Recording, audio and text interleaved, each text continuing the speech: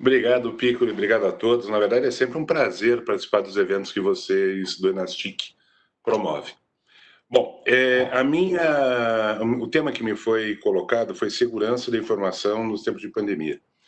Na realidade, nós temos que ver sob certas óticas o que aconteceu no país, no mundo, de novembro para cá, de novembro mesmo, que foi quando começou a se suspeitar que algo errado existia na China.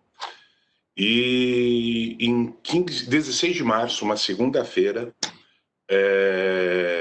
eu fui convocado pelo presidente do Tribunal de Justiça do Estado do Paraná e me foi determinado que nós colocássemos, nós, Departamento de Tecnologia, Informação e Comunicações do Tribunal de Justiça do Estado do Paraná, colocássemos 17 mil servidores e magistrados em home office em 48 horas.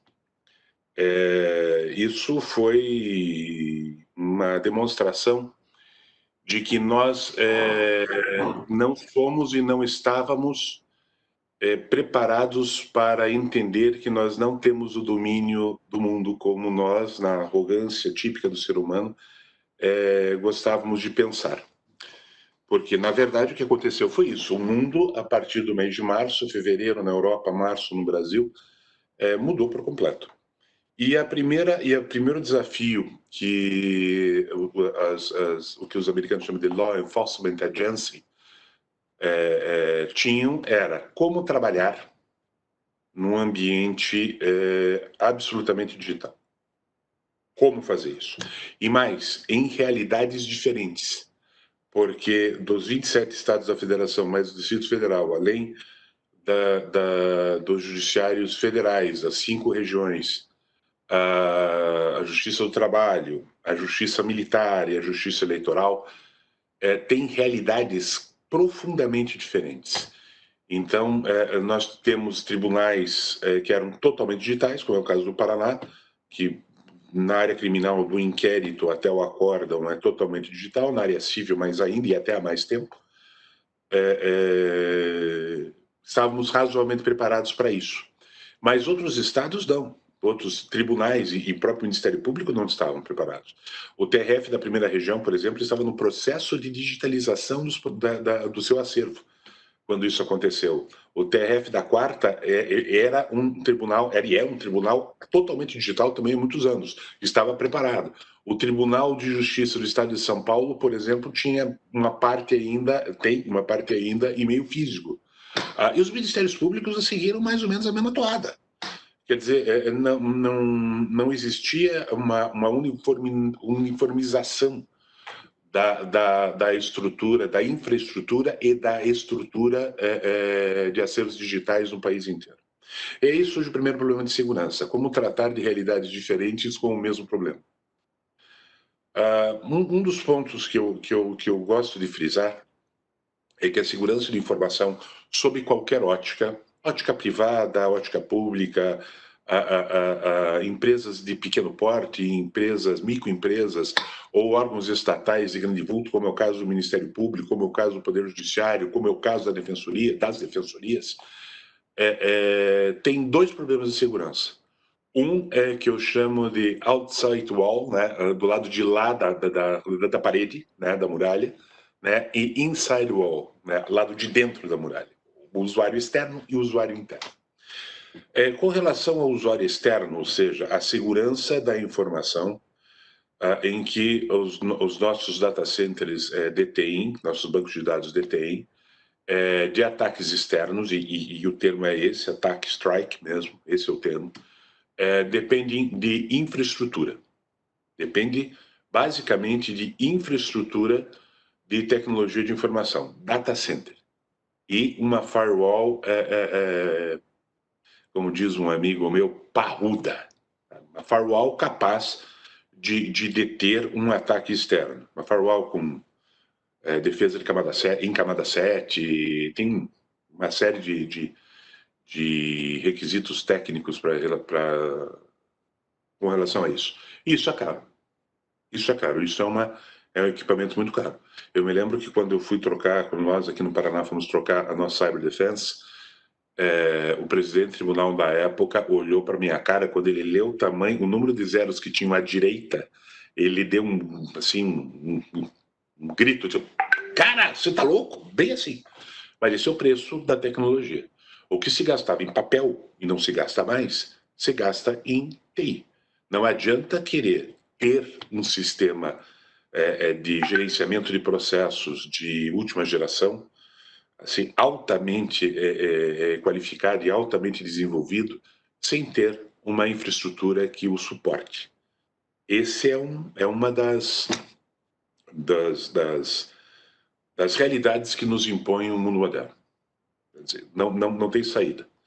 No momento que nós estamos hoje de contenção orçamentária em todos os órgãos, isso não acontece só aqui no Paraná, ou só no Judiciário Federal, ou só no Ministério Público, estadual ou federal, ou do trabalho, ou militar, ou eleitoral, isso acontece em todos os órgãos públicos. A arrecadação caiu e não tem de onde tirar dinheiro. É uma velha regra, né? A soma das partes nunca é maior que o todo.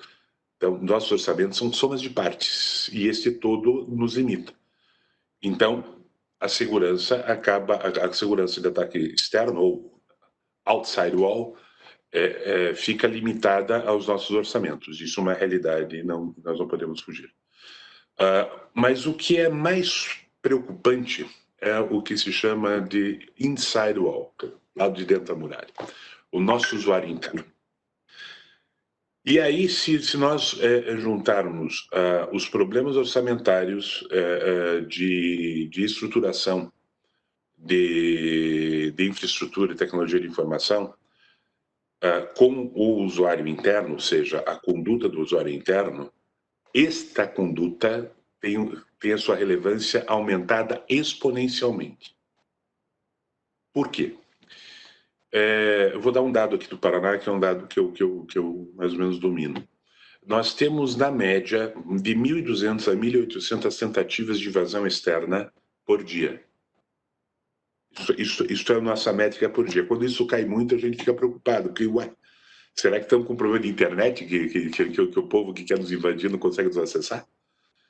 Essa é a realidade. Agora, imagine nós, no Paraná, com 17 mil usuários em home office, dos quais 5 mil, que são magistrados, diretores de secretaria, assessoria desses magistrados, estão dentro de uma VPN.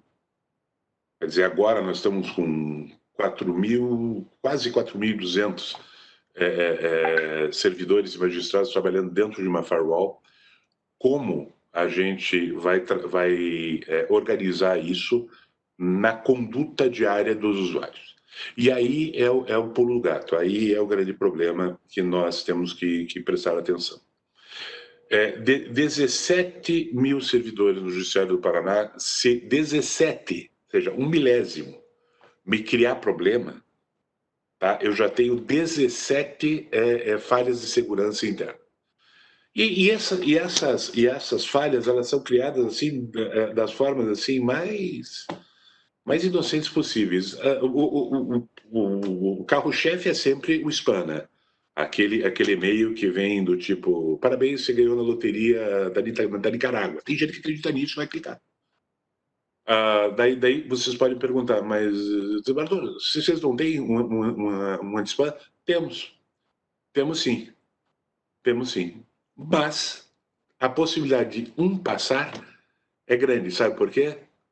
Deste servidor ter acessado este link no seu e-mail pessoal, na sua casa e em seu celular, e esse link ter capturado a sua lista de contatos.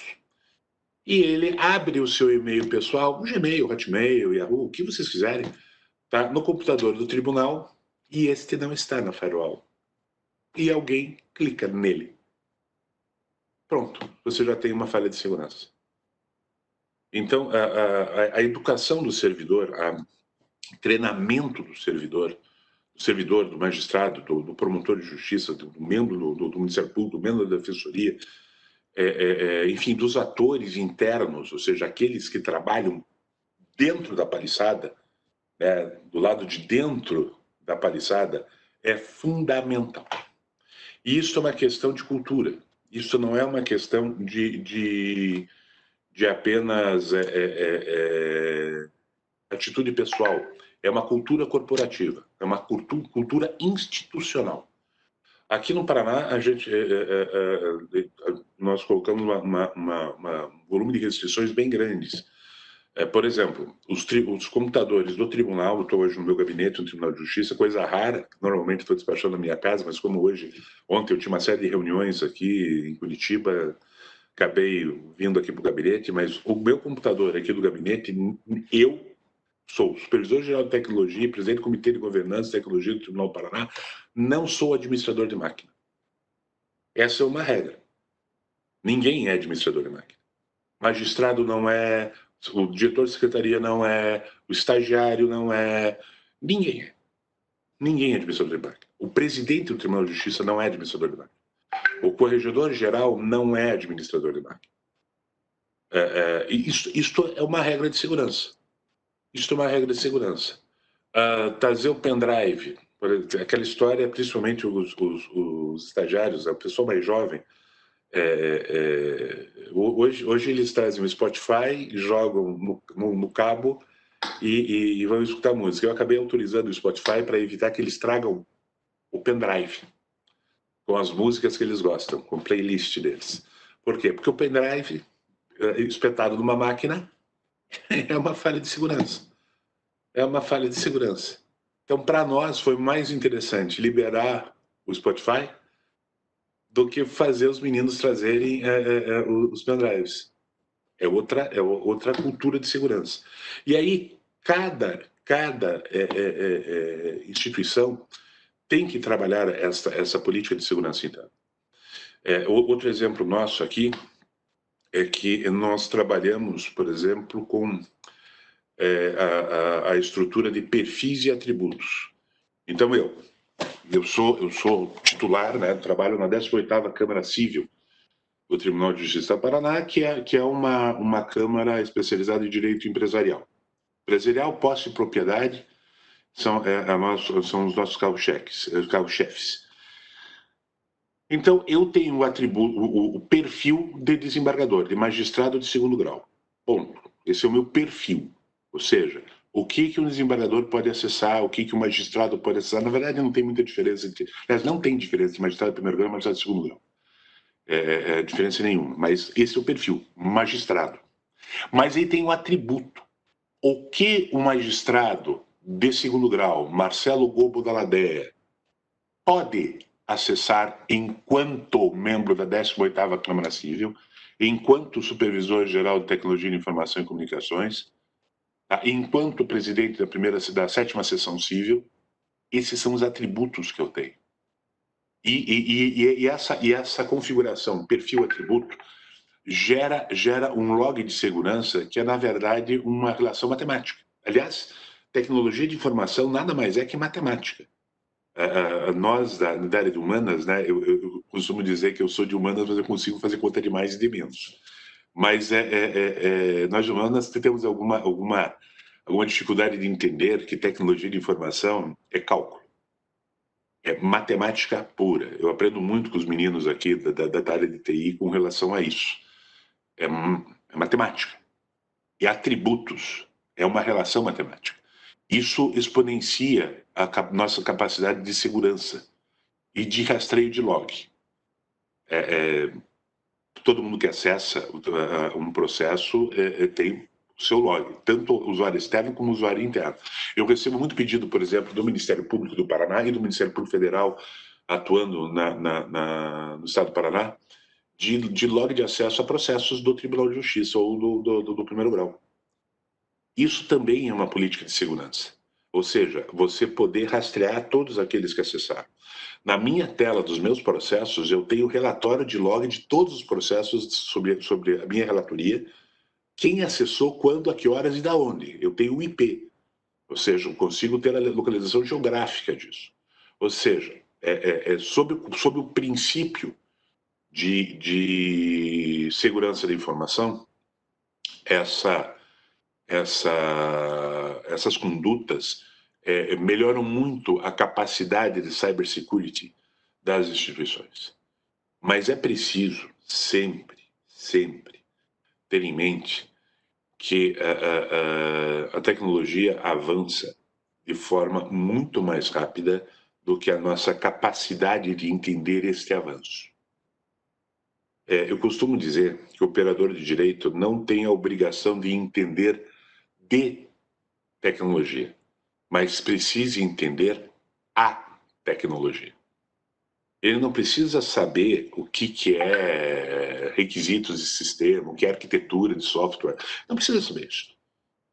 Tá? Não precisa, mas ele precisa saber o que é um software e quais são as suas atitudes enquanto ferramenta de atuação diária, atuação funcional diária. Qual é o comportamento dessa ferramenta? Outra coisa, o usuário tem que aprender a explorar a ferramenta. Isso também é um requisito de segurança. Por mais que nós tenhamos algum tipo de receio de mexer em programas e ficar explorando o programa, é importante que o usuário saiba o que ele é e o que ele faz. Isso é especialmente verdadeiro quando nós trabalhamos com processos judiciais. Vou dar um número do Paraná, que hoje, no dia de hoje, nós temos 3 milhões e 5 mil processos em efetivo andamento, com 14 milhões e 600 mil processos na nossa base de dados. Nós temos mais processos na nossa base de dados do que habitantes no estado do Paraná. O estado do Paraná tem 11 milhões de habitantes, eu tenho 14 milhões de processos. Esses dados estão guardados, enfim, uma estrutura de data center. Nós temos 2 datas, né? Uma sala cofre e uma sala segura, redundantes. Outro dia um colega meu do Rio de Janeiro disse que eu era louco por gastar dinheiro em situações redundantes, que era melhor ir para a nuvem, mas daí a minha resposta é sempre uma só. E a nuvem é minha, inclusive, essa é a minha vantagem, eu tenho a nuvem. Mas essa não é a realidade do país, eu tenho consciência disso, que a realidade do país não é essa, e é possível, por exemplo, que sistemas sejam alocados em nuvens, o DataPrev, da SERP, enfim, de várias outras, e essa alocação tem que ser feita também com volume de segurança, com certeza que a estrutura é segura, porque nós nós somos guardiões dessa informação, tá? E a Lei Geral de Proteção de Dados está aí para nos reafirmar isso. Então, Piccoli, eu acho que em rápidas palavras, porque cybersecurity é algo que a gente podia falar durante algumas semanas. O ideal seria você convidar a gente para ir a algum lugar aí em Porto Alegre, para a gente sentar num bar, né, várias cervejas em volta, e a gente fica falando sobre cybersecurity assim a tarde toda. Tá? Mas de forma assim muito rápida, muito perfunctória, né? O que eu poderia dizer é isso. Nós temos 2 tipos de segurança, a fora e a interna. E é mais importante criar uma cultura institucional de segurança interna do que gastar muito dinheiro na paliçada externa. Porque, às vezes, o nosso problema é dentro e não é fora. Acho que seria isso que eu teria que falar, Pico. Muito obrigado, desembargador Marcelo, mais uma vez, pela brilhante apresentação. Na verdade, eu concordo contigo com o Rio Grande do Sul, mas não Porto Alegre. Vamos para Bento tomar vinho, que é mais... Boa. Tem um restaurante lá chamado Canta Maria, que é uma delícia. Vamos lá, sim. Vamos lá na entrada de Bento. Sensacional. E olha a conexão, porque tu acabou de dizer a LGPD que vem aí, e vem aí mesmo, vem aí porque tem aí a vigência e tem essa 2021, e vem aí porque a próxima palestrante é a Patrícia Peck Pinheiro para falar sobre LGPD. Mas antes de convidar a Patrícia, eu queria, se tu puder, dar a tua percepção em relação à segurança da informação versus a LGPD, já que a gente está se aproximando muito da vigência, né? E tem ainda as instituições, as organizações ainda não estão preparadas, né? Sim. Aliás, é o papo do momento hoje em TI, dentro do judiciário, a LGPD e a segurança dos dados. E o que nós temos? O que vai existir, na verdade, é um cruzamento entre 3 situações distintas. LGPD, LAI e infraestrutura de tecnologia de informação dentro do Poder Judiciário. Então, nós temos que ter a determinação interna dos dados. O Conselho Nacional de Justiça Eu faço parte do Comitê Gestor de Política e Tecnologia de Informação do Poder Judiciário Nacional, e hoje é um trabalho forte do CNJ em regulamentar os acessos aos processos judiciais. Isso é um dado fundamental, principalmente com processos, por exemplo, que têm os dados sensíveis. Eu dou um exemplo de hoje, da pandemia que nós vivemos. Os dados de prontuários médicos. Eu vou dar um exemplo. A doutora Patrícia me perdoe de um leigo falar sobre isso, não é a minha área, se bem que minha filha, que é advogada, costuma dizer que eu me tornei especialista numa área que nem existia, mas existe um crime, que é o não cumprimento de determinação, né, o 268 do Código Penal, de não determinação de autoridade sanitária, autoridade médica. Tá? Para isso, precisa ter um prontuário médico. Aí tem outro crime que diz assim, não comunicação de doença de comunicação obrigatória. Tá, que é o 264, também, como diz o ex-presidente Fernando Henrique Cardoso, minha memória está povoada de esquecimentos. Mas são dois crimes que existem. Como entrar isso, como tratar esses dois crimes dentro da segurança da base de dados dos processos judiciais, frente à LGPD, que protege o prontuário médico como um dado sensível. Hoje o judiciário vai ter que se imiscuir nisso. Ele vai ter Ministério Público, Defensoria, Judiciário, OAB, vai ter Congresso Nacional, vai ter que entrar e definir como essas situações vão ser trabalhadas dentro das bases de dados. Eu, pelo menos, penso assim.